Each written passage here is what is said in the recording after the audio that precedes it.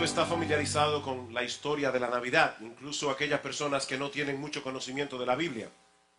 El emperador romano, Augusto César, promulgó un edicto para que todos los habitantes del imperio fuesen empadronados en su lugar de origen.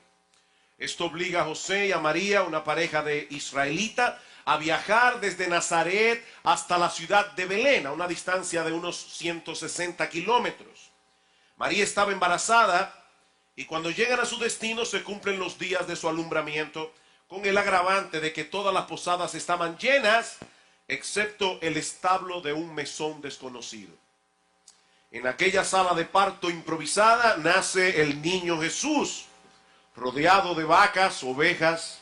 Esta es una escena muy familiar.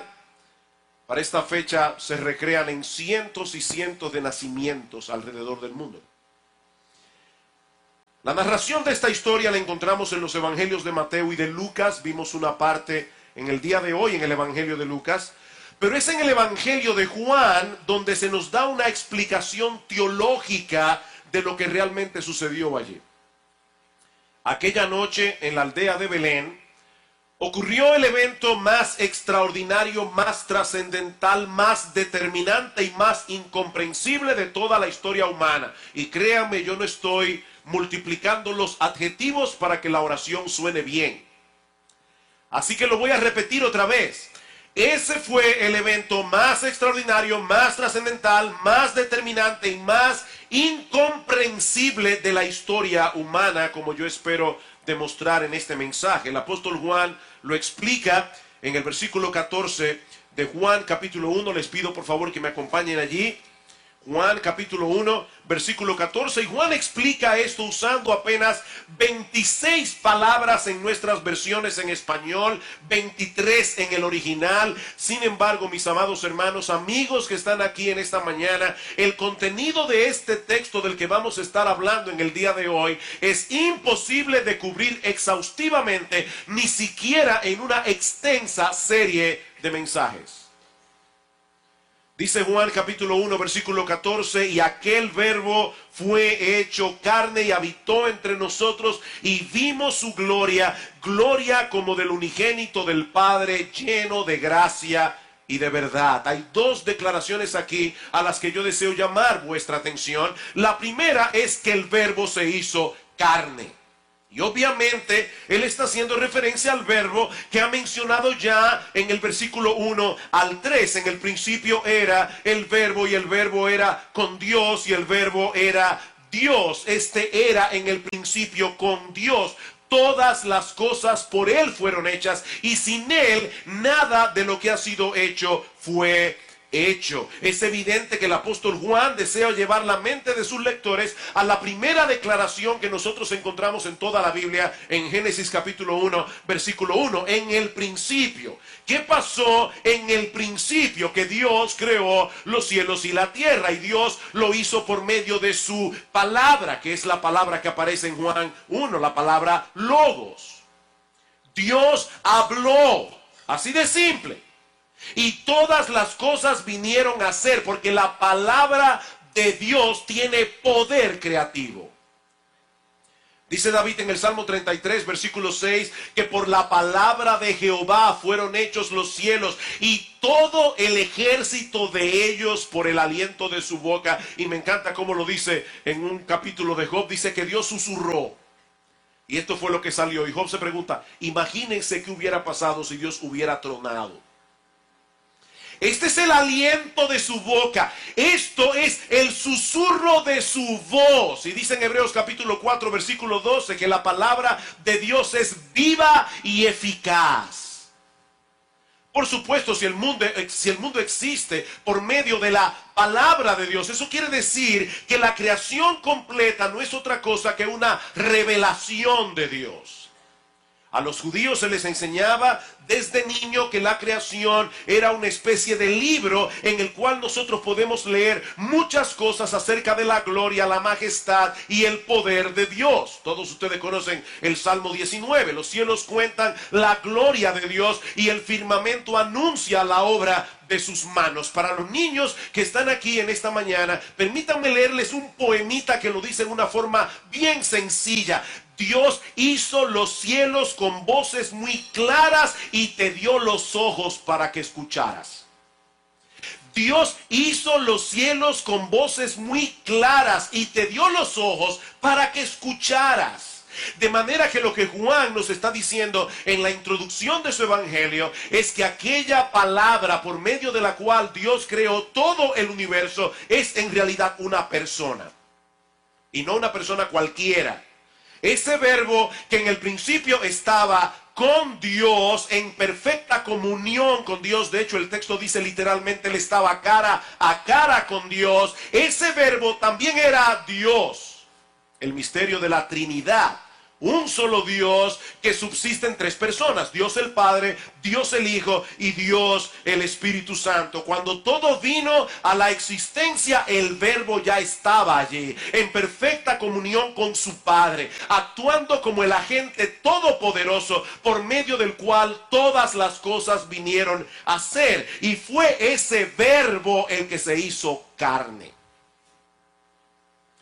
Noten, mis hermanos y amigos, que Juan no dice que el verbo se hizo hombre.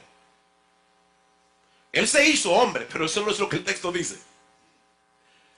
Usando el lenguaje más crudo, más llano posible, Juan quiere que nosotros entendamos que la segunda persona de la Trinidad vino a ser parte de la raza humana, haciéndose como uno de nosotros con todo lo que eso implica. Durante 9 meses el verbo, el Dios todopoderoso, creador y sustentador de todo el universo, estuvo en el vientre de la Virgen María, alimentado por medio de su cordón umbilical, desarrollándose como niño en el ambiente de su placenta, exactamente como sucedió contigo y conmigo.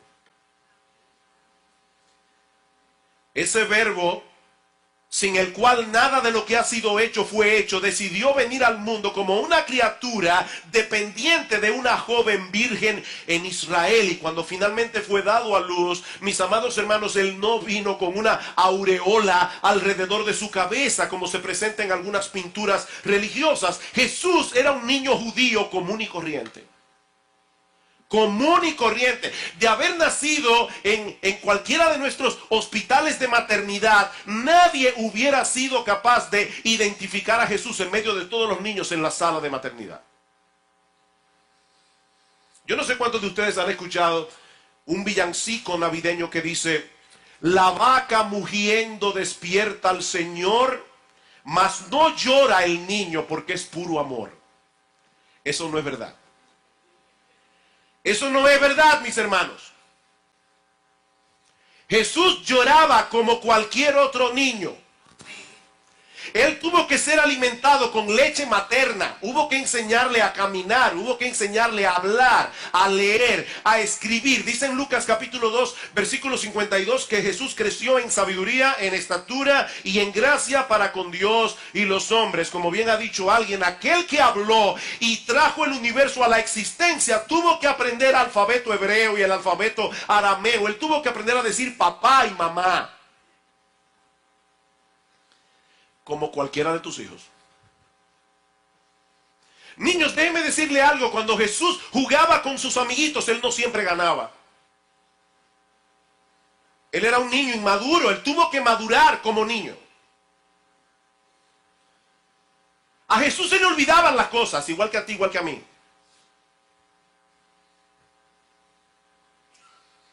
Jesús tuvo que crecer en el entendimiento de las Escrituras como niño. Hasta que poco a poco comenzó a darse cuenta de que todo lo que estaba escrito en la ley, en los profetas, en los salmos, hablaban acerca de él. Él lo vino a entender después. Que todo lo que la Biblia decía era acerca de su nacimiento, acerca de su muerte en la cruz, acerca de su resurrección. Queridos hermanos, si nosotros queremos entender la magnitud del evento ocurrido en la primera Navidad, no podemos idealizar la humanidad de Jesús. Aquella noche en Belén, Dios se hizo hombre. Un hombre como tú y como yo, y todo eso sin dejar de ser Dios. Mira, mi amado hermano, amigo que estás aquí en esta mañana, cuando llegues a tu casa hoy, mírate al espejo. Mírate al espejo y piensa que Jesús no era muy diferente a ti. Él tenía 2 ojos, una nariz, una boca, 2 orejas, poros en la piel. Se cansaba igual que tú, sentía hambre igual que tú, le dolía el rechazo y el maltrato y la soledad igual que a ti. Ese era Jesús. Él se identificó plenamente con nuestra humanidad. Él se hizo carne, excepto que él nunca pecó. El Verbo se hizo carne. Pero Juan nos dice también en segundo lugar que habitó entre nosotros. Y esa es mi segunda declaración que quiero notar en el texto. Él se hizo carne y habitó entre nosotros. Ahora, el significado real de esta expresión es mucho más amplio y profundo que el que nosotros entendemos en nuestro idioma. La palabra habitar, según el diccionario de la Real Academia, significa simplemente vivir o morar en algún lugar. De manera que cuando nosotros leemos en nuestras versiones de la Biblia en español que el Verbo se hizo carne y habitó entre nosotros, podemos asumir que todo lo que Juan está diciendo en el texto es que él cambió de residencia. O sea, Jesús estaba en los cielos, pero él cambió su residencia hacia la tierra. Él vivió aquí en la tierra por 33 años. Y aunque esa es una idea sobrecogedora en sí misma, que el Dios de gloria haya condescendido a habitar en este mundo como uno de nosotros, lo que este texto dice en realidad, mis amados hermanos, es mucho más sobrecogedor. La palabra que Juan usa en nuestro texto no es la que usualmente se usaba en el idioma griego para referirse al lugar donde una persona vivía. Es una palabra muy peculiar que significa montar la tienda de campaña. Lo que este texto dice literalmente es que el Verbo puso su tabernáculo entre nosotros. Eso es lo que el texto dice. El Verbo se hizo carne y montó su tienda de campaña aquí. El Verbo se hizo carne y puso su tabernáculo aquí. De hecho, es interesante notar que la palabra griega para morar es muy parecida a la palabra hebrea que se usa en el Antiguo Testamento para referirse al tabernáculo de reunión en el que Dios descendía para tener comunión con su pueblo antes de la construcción del templo. Así que el apóstol Juan está haciendo aquí un juego de palabras, está tratando de hacernos entender el verdadero significado de la encarnación del Verbo de Dios, relacionando la Navidad, aquella primera Navidad, con lo que sucedía en el tabernáculo de reunión en el Antiguo Testamento. Acompáñenme un momento al libro de Éxodo. Éxodo capítulo 25, los versículos 8 al 9. Esa es la primera vez que Dios menciona a los israelitas en el desierto la necesidad de construir el tabernáculo. Dice en Éxodo 25, y harán un santuario para mí y habitaré en medio de ellos conforme a todo lo que yo te muestre, el diseño del tabernáculo y el diseño de todos sus utensilios, así lo haréis. A partir de ese momento y casi hasta el final del capítulo 40 del libro de Éxodo, lo que encontramos allí es una descripción detallada del diseño y construcción de ese santuario de Dios. El tabernáculo era una especie de tienda de campaña rectangular que, incluyendo los patios exteriores, medía unos 45 metros de longitud por 23 metros de ancho. Ahora yo sé que oír estos metros no le hacen mucho sentido. Para que tengan una idea, mis amados hermanos, una cancha de fútbol profesional suele medir 90 metros de longitud y 45 metros de ancho. Así que el tamaño del tabernáculo era casi exactamente la mitad de una cancha de fútbol, tanto en anchura como en longitud. El tabernáculo estaba rodeado por un atrio exterior, una especie de patio, en donde el sacerdote se purificaba a sí mismo con agua y ofrecía los sacrificios exigidos en la ley de Moisés para el perdón de los pecados. Ya dentro de la tienda, el primer espacio con el que el sacerdote se encontraba era el lugar santo, donde estaba el candelabro de oro de 7 brazos o menorá, la mesa de los panes de la proposición y el altar donde se quemaba el incienso. Y dividido por un velo grueso de cuero sólido, se dice que si una una persona se subía en el velo del templo con una espada desde arriba, no podía rasgar ese velo. Y ese fue el velo que se rasgó cuando Cristo murió en la cruz del Calvario. Era un cuero sólido que dividía el lugar santo del lugar santísimo, donde se encontraba el arca del pacto que contenía las tablas de la ley de Dios. Allí solo podía entrar el sumo sacerdote una vez al año, en el día de la expiación o en el día del Yom Kippur, cuando los pecados del pueblo eran expiados o temporalmente removidos. De manera que el tabernáculo era el lugar donde el pueblo de Israel se encontraba con Dios. Hermanos, vayan asociando Juan 1:14. El tabernáculo era el lugar donde el pueblo de Israel se encontraba con Dios. Era el lugar donde Dios se revelaba al pueblo y era el lugar donde los pecados del pueblo eran expiados. Unos capítulos más adelante, en Éxodo capítulo 29, versículo 42, Dios le dice al pueblo que Él se encontraría con ellos en el tabernáculo y dice, para hablaros allí. Éxodo 29, 42, allí me reuniré con los hijos de Israel y el lugar será santificado con mi gloria y santificaré el tabernáculo de reunión y el altar, santificaré asimismo a Aarón y a sus hijos para que sean mis sacerdotes y habitaré entre los hijos de Israel y seré su Dios y conocerán que yo soy Jehová su Dios, que los saqué de la tierra de Egipto para habitar en medio de ellos, yo Jehová su Dios. Así que el tabernáculo era un lugar de reunión, un lugar de revelación y un lugar de propiciación. Ese era el lugar donde la justicia de Dios era temporalmente satisfecha por todos los sacrificios prescritos en la ley de Moisés por los pecados del pueblo. Ahora, no debemos perder de vista que el centro de todo esto era la morada de Dios en medio de ellos. Dios hizo todo eso porque Él quiere tener comunión con su pueblo. Noten una vez más los versículos 45 y 46. Y habitaré entre los hijos de Israel y seré su Dios. Y conocerán que yo soy Jehová su Dios, que los saqué de la tierra de Egipto para habitar en medio de ellos. La razón de ser de esa liberación que Dios hizo del pueblo de Israel no era simplemente para que ellos dejaran de ser esclavos de Faraón. Dios quería tener comunión con su pueblo. Ese era el lugar donde los israelitas podían tener comunión con Dios. Más adelante en Éxodo capítulo 33, y van a entender luego por qué yo estoy buscando todos estos textos. Es que si no, no entendemos Juan 1:14.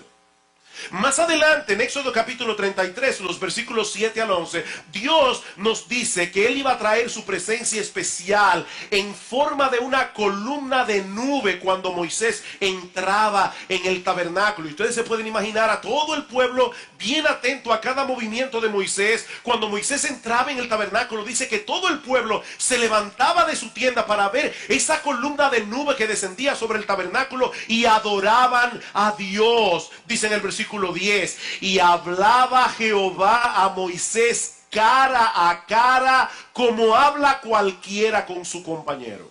Qué hermoso, hermanos.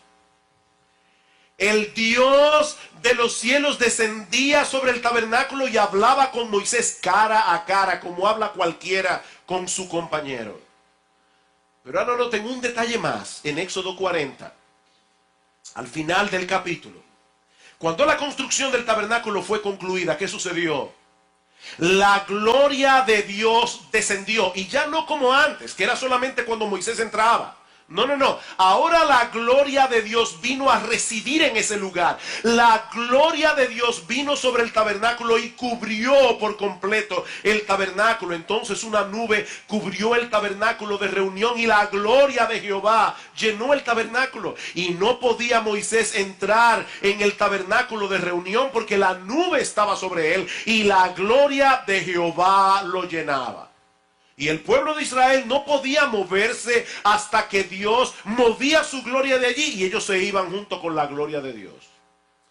Así que mis hermanos, el tabernáculo era la representación visible del anhelo de Dios de tener comunión con su pueblo. Voy a repetir eso otra vez. El tabernáculo era la representación visible del anhelo de Dios de tener comunión con su pueblo. Él es un Dios santo, Él es un Dios perfectamente justo. Nosotros somos pecadores, nosotros no podemos acercarnos a Dios, pero Él hizo provisión para poder estar en medio de su pueblo sin pasar por alto su justicia.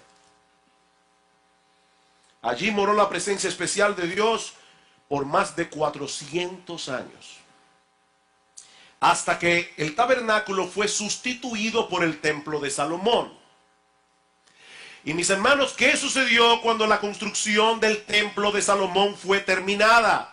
Cuando los sacerdotes introdujeron en el lugar santísimo el arca del pacto. Dice en Primera de Reyes capítulo 8 versículo 10 que cuando los sacerdotes salieron del santuario, la nube llenó la casa de Jehová y los sacerdotes no pudieron permanecer para ministrar por causa de la nube, porque la gloria de Jehová había llenado la casa de Jehová. Lo mismo que sucedió al concluir la construcción del tabernáculo volvió a suceder en el templo. La gloria del Señor llenó la casa.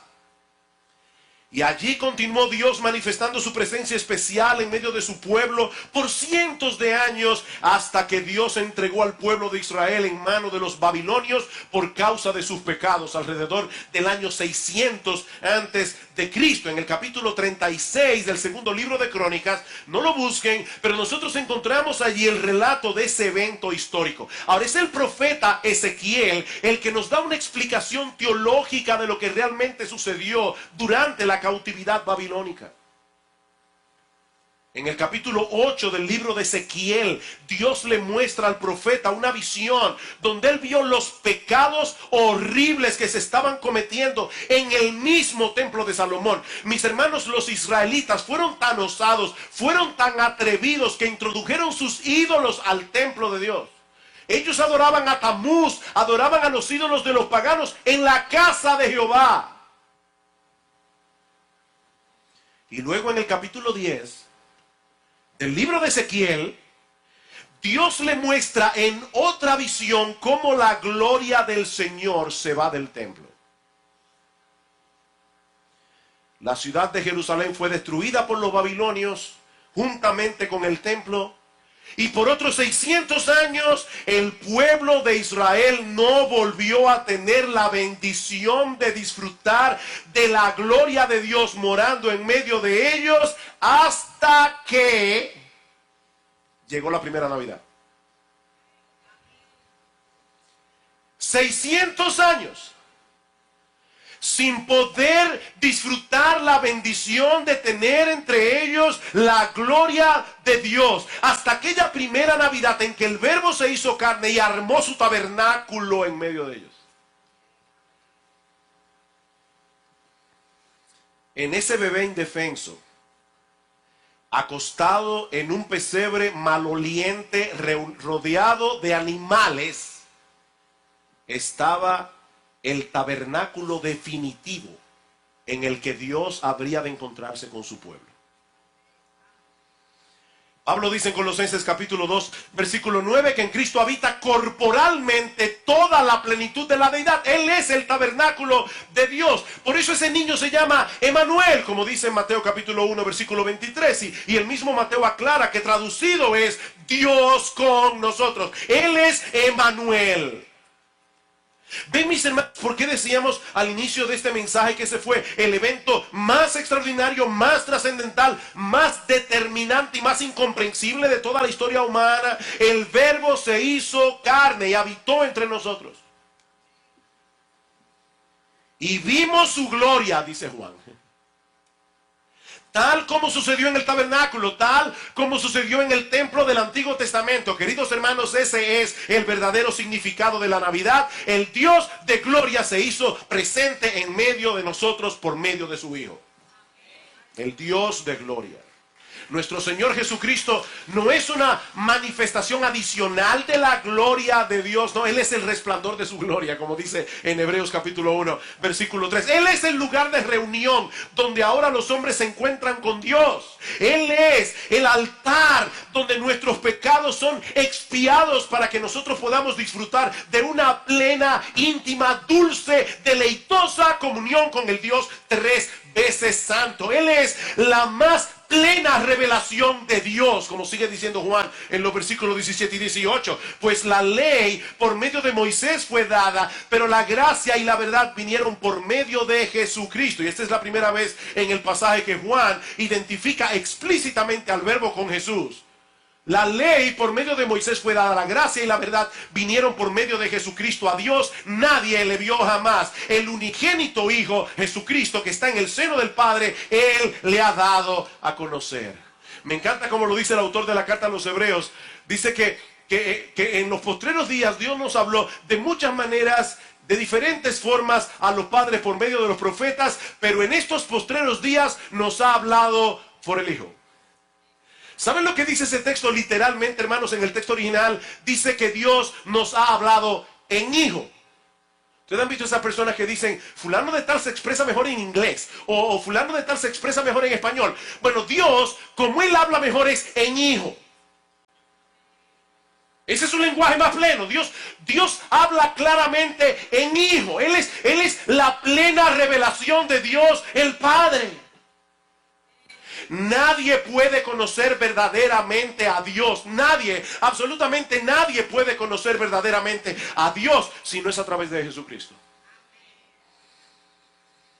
Él es la revelación completa y definitiva de Dios. Él es el único intermediario por medio del cual podemos acercarnos a Dios. Yo soy el camino y la verdad y la vida, dice el Señor en Juan 14:6. Nadie, absolutamente nadie viene al Padre sino por mí.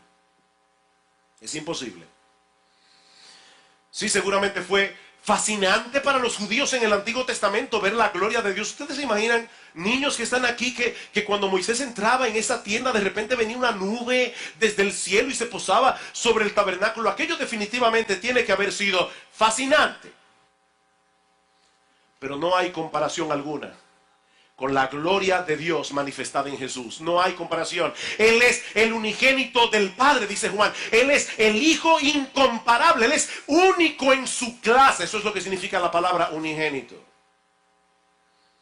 Él es nada más y nada menos que el Dios encarnado. Él es el creador y sustentador del universo, que por amor a nosotros se hizo hombre para sustituirnos en la cruz del Calvario. No es lo mismo contemplar una columna de nube y de fuego que contemplar a Jesús. No es lo mismo. Esa nube no puede revelarnos como Cristo nos revela el carácter del Padre.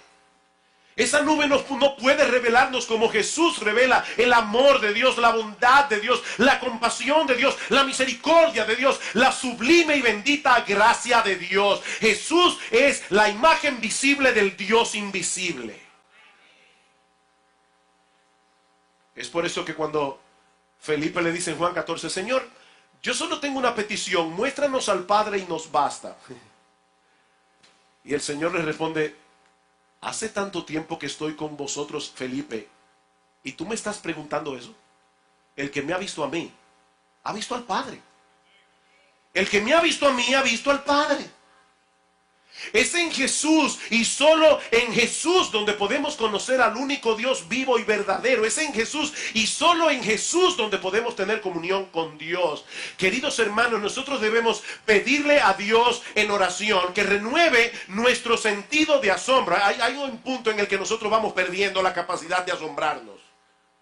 Y nosotros debemos pedirle a Dios que sensibilice nuestro corazón, que renueve nuestro sentido de asombro al pensar en el milagro de la Navidad. De hecho, es interesante notar que la palabra que se traduce ver en el capítulo 1 de Juan, versículo 14, y vimos su gloria, es una palabra sumamente interesante en griego. De hecho, es la palabra de donde proviene nuestra palabra teatro en español. Es una palabra que significa contemplar intensamente. Un comentarista lo dice mejor. Él dice que esa palabra da la idea de contemplar con el propósito de satisfacer los ojos. ¿Oyeron eso? Vimos su gloria. Es contemplar con la intención de satisfacer los ojos. Queridos hermanos, en todo el universo no existe nada más grandioso, no existe nada más extraordinario, no hay ninguna otra cosa más digna de admiración, no hay ninguna otra cosa más digna de asombro que el Dios que se hace hombre para reconciliarse con el hombre. No lo hay, no lo hay. El Verbo se hizo carne y puso su tabernáculo entre nosotros y vimos su gloria. Gloria como del unigénito del Padre, lleno de gracia y de verdad. Lleno de gracia y de verdad. Jesús es la encarnación de la gracia de Dios. Hay muchas personas que definen la gracia de Dios como un regalo que se nos da sin merecerlo. No, eso no es gracia. Eso no es gracia, eso es misericordia. La gracia de Dios es lo que se nos da cuando nosotros merecemos exactamente todo lo contrario. No es solamente que nosotros no merecíamos el cielo, es que nosotros merecíamos el infierno. No es solamente que nosotros no merecíamos la compasión de Dios, es que nosotros merecíamos su castigo. Pero Dios decidió tratarnos con gracia. ¿Y saben quién es la encarnación de la gracia de Dios? Jesucristo. Jesucristo, dice Juan en el versículo 16, de su plenitud, porque toda la plenitud de ese Dios de gracia habitaba en Jesús, y de esa plenitud nosotros tomamos todo, gracia sobre gracia. Y la idea es una ola de gracia tras otra ola de gracia, tras otra ola de gracia. No bien nosotros hemos dejado de disfrutar de la gracia de Dios cuando ya viene otro aluvión de la gracia divina. Esa es la bendición que disfrutamos todos aquellos que estamos en Cristo. Mis hermanos, la gracia de Dios nos rodea, la gracia de Dios nos sustenta. En ningún momento nosotros estamos desamparados de Dios. ¿Saben por qué? Porque nosotros estamos resguardados en el lugar santísimo de aquel que puso su tabernáculo entre nosotros. Estamos en el lugar santísimo de Dios porque estamos en Cristo.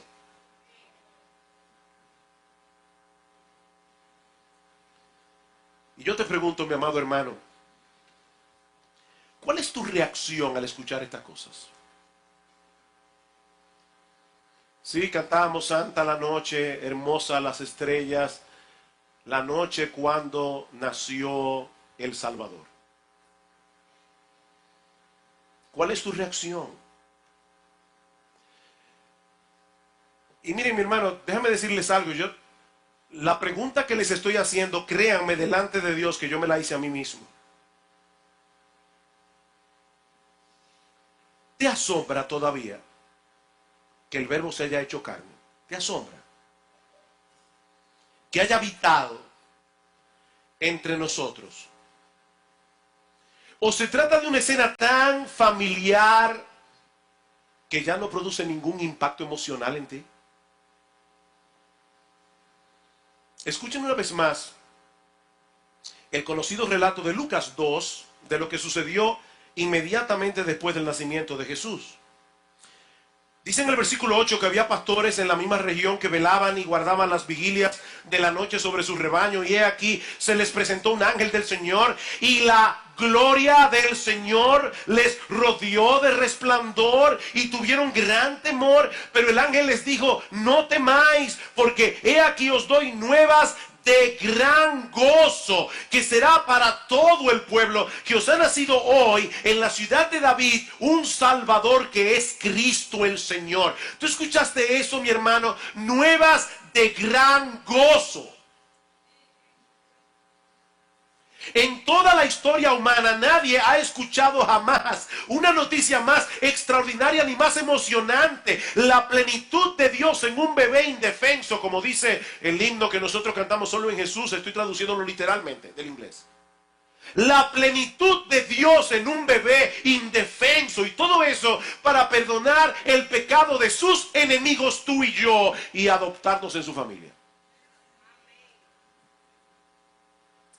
Y dice el ángel, esto servirá de señal, hallaréis al niño envuelto en pañales como un bebé judío cualquiera, acostado en un pesebre. A ese niño que es el Salvador, que es Cristo y que es el Señor. Y esa es la palabra griega que se usa en el Nuevo Testamento para referirse a Jehová en el Antiguo Testamento. Ese niño es el Salvador, es el Mesías y es Jehová, Dios hecho hombre.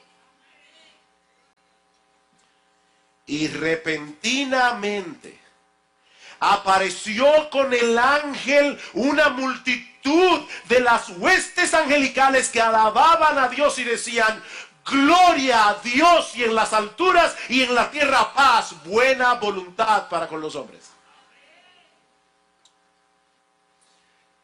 Hace un rato nosotros escuchábamos al coro. Y créanme, cuando un coro se para aquí arriba a cantar, eso son horas y horas y horas de ensayo. Uno de los problemas que tienen a veces las personas que cantan en los coros, y es algo que cuando yo he tenido la oportunidad, y ellos lo saben, de hablarles personalmente, les he dicho, cuidado con esto, es que ensayan y ensayan y ensayan y ensayan tanto, que puede llegar un momento que internalicen de tal manera lo que van a cantar, que lo canten sin emoción. Y pueden estar cantando algo extraordinario y no tener en el corazón ninguna emoción. Lo están cantando como lo cantaría un coro cualquiera, si estuvieran cantando una canción de lo que sea. Pero si hay algo que yo sé de los ángeles en la Biblia, es que los ángeles son sinceros. O sea, los ángeles no se pararon y dijeron: los ángeles del coro, por favor, alínense todo el mundo ahí, los ángeles del coro, vamos a cantar a gloria a Dios en las... No. Cuando los ángeles vieron a ese Jehová, a ese Dios todopoderoso, al que ellos alaban en Isaías capítulo 6 y dicen: santo, santo, santo Jehová de los ejércitos, toda la tierra está llena de tu gloria. Cuando ellos vieron a ese Jehová en un bebé, ellos dijeron: gloria a Dios en las alturas. ¿Y qué es esto? ¿Qué es esto? Ellos están contemplando el más grande portento de la historia. Dios se hizo hombre. La pregunta es: ¿cómo reaccionas tú? ¿Es esa una noticia de gran gozo para ti? ¿Saben una cosa, mis hermanos? Si nosotros queremos crecer en santidad, si queremos luchar eficazmente contra el pecado que mora en nosotros, tenemos que aplicar a nuestras almas continuamente este antídoto. Un sentido de asombro y gratitud ante el amor de Dios manifestado en Cristo. Nosotros podemos hacer resoluciones, todos los cristianos hacen resoluciones. Señor, de ahora en adelante yo no vuelvo a hacer esto. Yo no les voy a pedir que levanten la mano, pero estoy seguro que si yo pregunto aquí, ¿cuántos de ustedes han hecho esa promesa y han hecho esa resolución, han vuelto a pecar? Yo creo que todos la levantarían. ¿O no es así? ¿O yo soy el único? Podemos hacer resoluciones, podemos hacer promesas. Pero a final de cuentas, lo único, óyeme bien, hermano, lo único que nos mantendrá alejados del pecado es la convicción de que no hay ninguna cosa en este mundo por la que valga la pena cambiar a Jesús. No hay ninguna cosa. Por otra parte, la escena de la Navidad es un poderoso incentivo para el servicio humilde y sacrificial de los creyentes. Es un incentivo poderoso para el servicio humilde y sacrificial de los creyentes. Es pensando en la encarnación del Hijo de Dios que el apóstol Pablo dice en Filipenses capítulo 2: haya pues en vosotros este sentir que hubo también en Cristo Jesús, el cual siendo en forma de Dios no estimó como cosa a que aferrarse el ser igual a Dios, sino que se despojó a sí mismo, tomando forma de siervo, hecho semejante a los hombres, y estando en condición de hombre, todavía se humilló más, haciéndose obediente hasta la muerte y muerte de cruz. El Verbo dejó su gloria. El Verbo descendió de lo más alto a lo más bajo por amor a nosotros. Y Pablo nos dice aquí que esa es la forma de pensar que debemos cultivar todos los creyentes. Poner a un lado nuestro interés personal, sobre todo cuando nos duele. para poder servir a otros. ¿Hasta qué punto debemos estar dispuestos? Hasta la muerte, dice Pablo. Hasta la muerte. Mis hermanos, la Navidad no es un evento que debemos recordar en esta época del año. La Navidad es una verdad trascendente y gloriosa que debe impactar profundamente nuestro cristianismo práctico a lo largo de toda nuestra vida.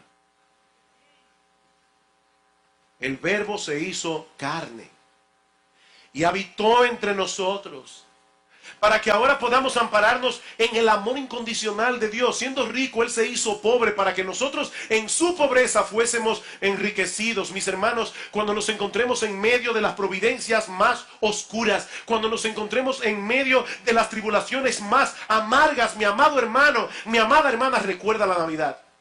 Recuerda la Navidad. Dios te amó y Dios te ama hasta ese punto. Hasta ese punto. Desde antes de la fundación del mundo, Dios te escogió para amarte. Dios te escogió para amarte. Dios te escogió para adoptarte como hijos, aún a sabiendas del alto precio que Él tendría que pagar por esa elección. Eso fue una elección costosa para Dios. ¿Qué dice Pablo? ¿Qué pues diremos?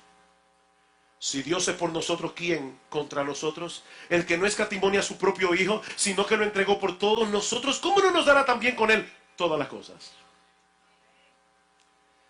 Oh, mis hermanos, repito otra vez, que el Señor sensibilice nuestros corazones en esta mañana, que el Señor nos libre de ese sentido de familiaridad que fácilmente puede robarnos el asombro ante un hecho tan sorprendente. El Verbo se hizo carne, el Verbo puso su tabernáculo entre nosotros por amor a nosotros. Y si tú estás aquí sin Cristo,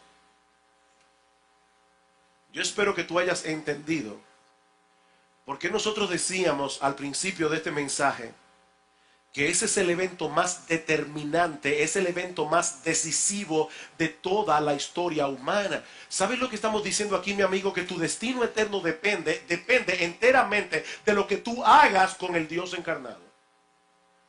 No existe otro camino al Padre fuera de Él.